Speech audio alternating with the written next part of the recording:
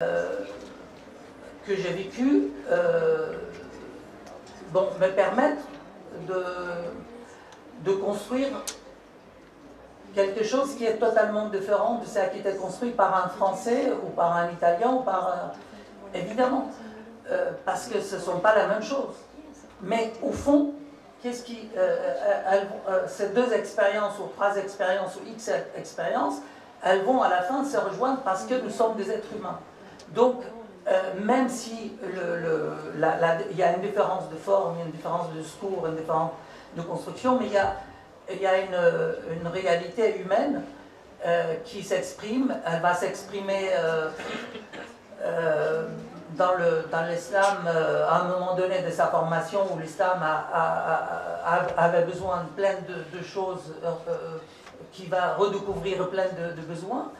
Et à cause de cette chose qui est en train de se produire, qui était l'islam, l'homme qui était là-bas va produire quelque chose qu'on va appeler plus tard art islamique.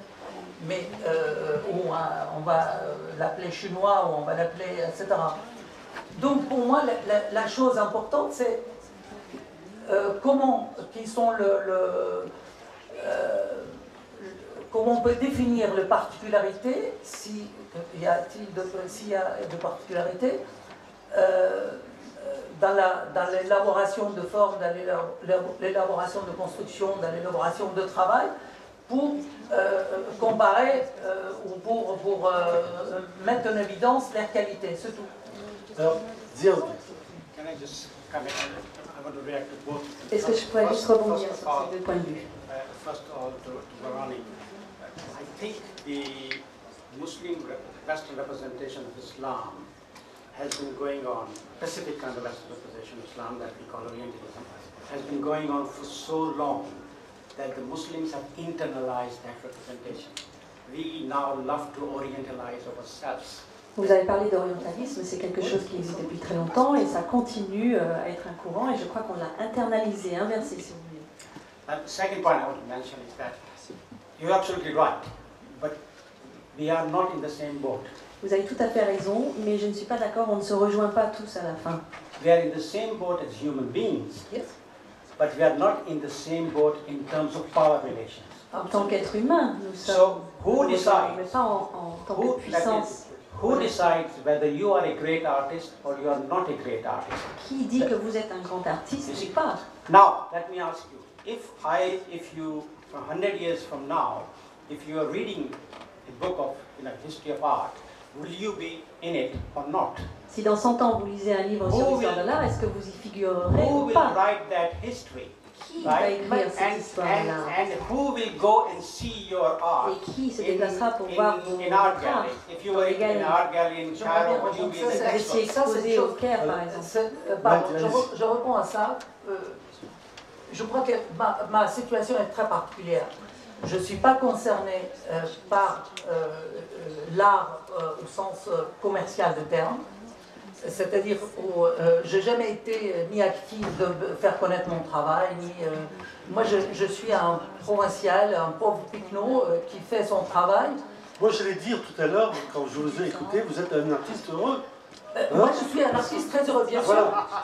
Parce que tous ces problèmes ne vous concernent pas. Non, ça ne me concerne pas, parce que je ne veux pas savoir, ça ne m'intéresse pas de savoir si dans 100 ans je serai connu ou pas connu, si je suis déjà connu ou pas connu.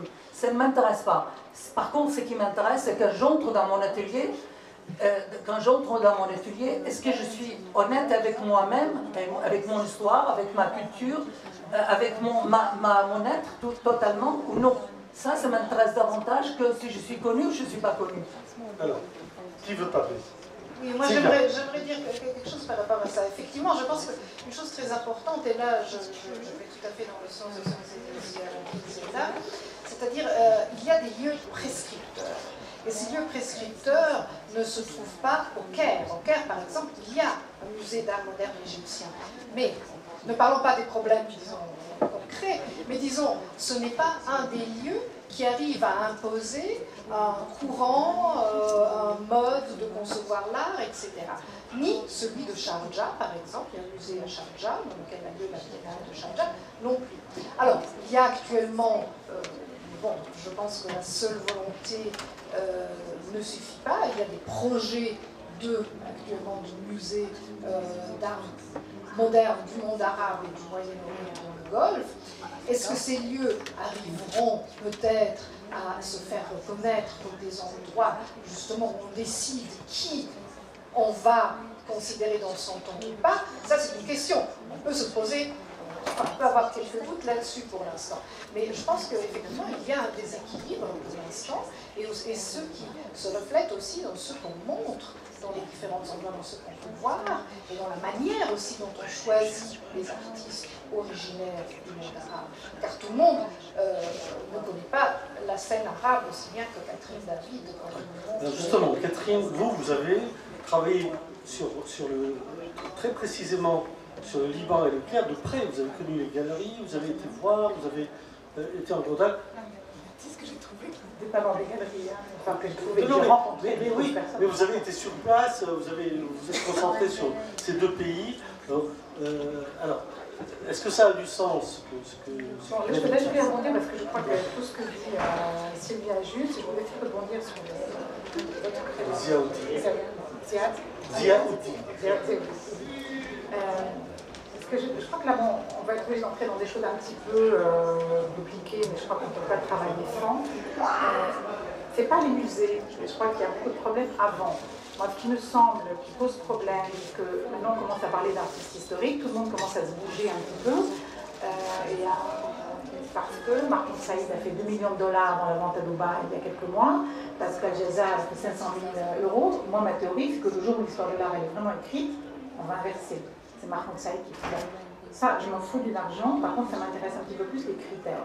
Et ce qui me semble, avant de décider, parce que si je voulais être cynique, je dirais, bon, avant que le musée du Caire soit prescripteur, je serais morte depuis longtemps. Donc, soyons pragmatiques.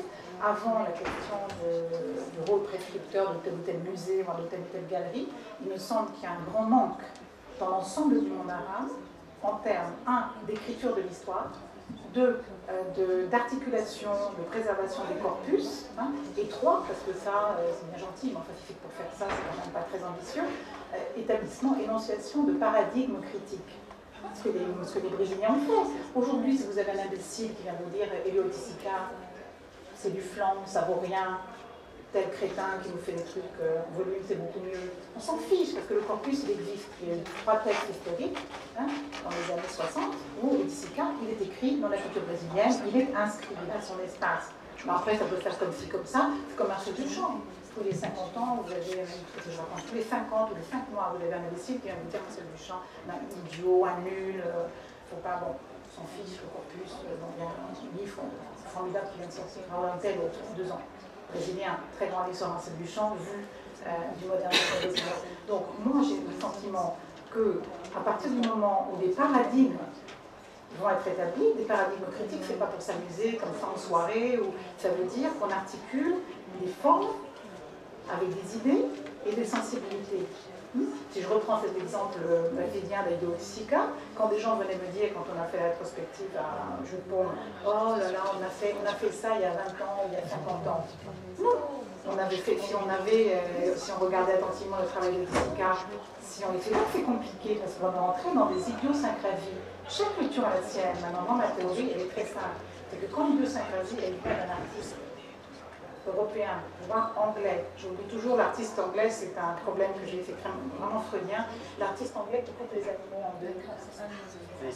Damien Hirst, merci beaucoup. Donc Damien Hirst, si vous analysez bien, c'est un artiste anglais, et j'irai encore plus loin, c'est un artiste victorien. Sensibilité victorienne. Si vous n'avez pas cette sensibilité, ça vous passe un peu comme ça. Peu importe, puisque cette idiosyncrasie, très forte à une culture anglaise, très spécifique, elle est confortée par toute une symbolique économique dominante. Donc voilà, maintenant, si l'idiosyncrasie, elle vient, je vais prendre un autre exemple, parce qu'avant c'est compliqué, personne va savoir de quoi je parle. Comme elle n'est pas identifiée, mettons Al-Jazar, qui fait du surréalisme. Al-Jazar ne fait pas du surréalisme. Il transfère sur un des éléments de la culture populaire égyptienne, en évidemment la mettant